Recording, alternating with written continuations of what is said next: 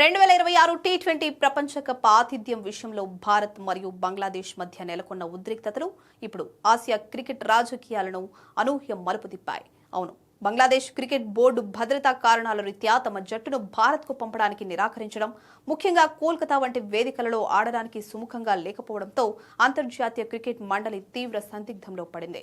దీంతో ఈ సంక్షోభాన్ని తమకు అనుకూలంగా మార్చుకోవాలని చూస్తున్న పాకిస్తాన్ క్రికెట్ బోర్డు బంగ్లాదేశ్ ఆడాల్సిన మ్యాచ్లను తమ దేశంలో ఆతిథ్యం ఇస్తామని ప్రతిపాదించింది. Pakistan cricket board chairman Mohsin Naqvi ఈ విషయంలో బీసీసీఐకి స్పష్టమైన సంకేతాలు పంపారు.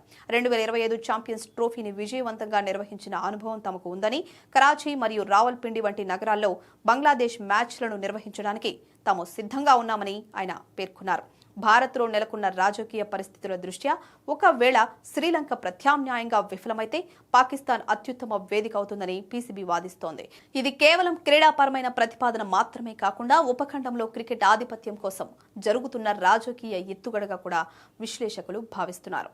మరోవైపు ఈ ప్రతిపాదన ఐసీసీకి ఒక పెద్ద సవాలుగా మారింది. ఒక ప్రపంచ కప్ టోర్నమెంట్ను 2 దేశాల్లో నిర్వహించడం అనేది లాజిస్టికల్ పరంగా మరియు ప్రసార హక్కుల పరంగా అనేక ఇబ్బందులకు దారితీస్తుంది.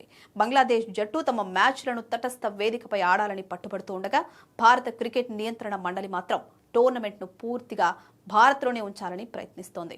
మరి పీసీబీ చేసిన ఈ ప్రపోజల్పై ఐసీసీ ఎలా స్పందిస్తుందో చూడాలి. ఇదిలా ఉండగా ఐపీఎల్ 2026 ప్రసారాలను బంగ్లాదేశ్ నిషేధించడం మరియు ముస్తాఫిజుర్ రెహమాన్ వంటి క్రీడాకారుల కాంట్రాక్టుల రద్దు వంటి వరుస సంఘటనలు ఈ వివాదాన్ని మరింత రాజేశాయి.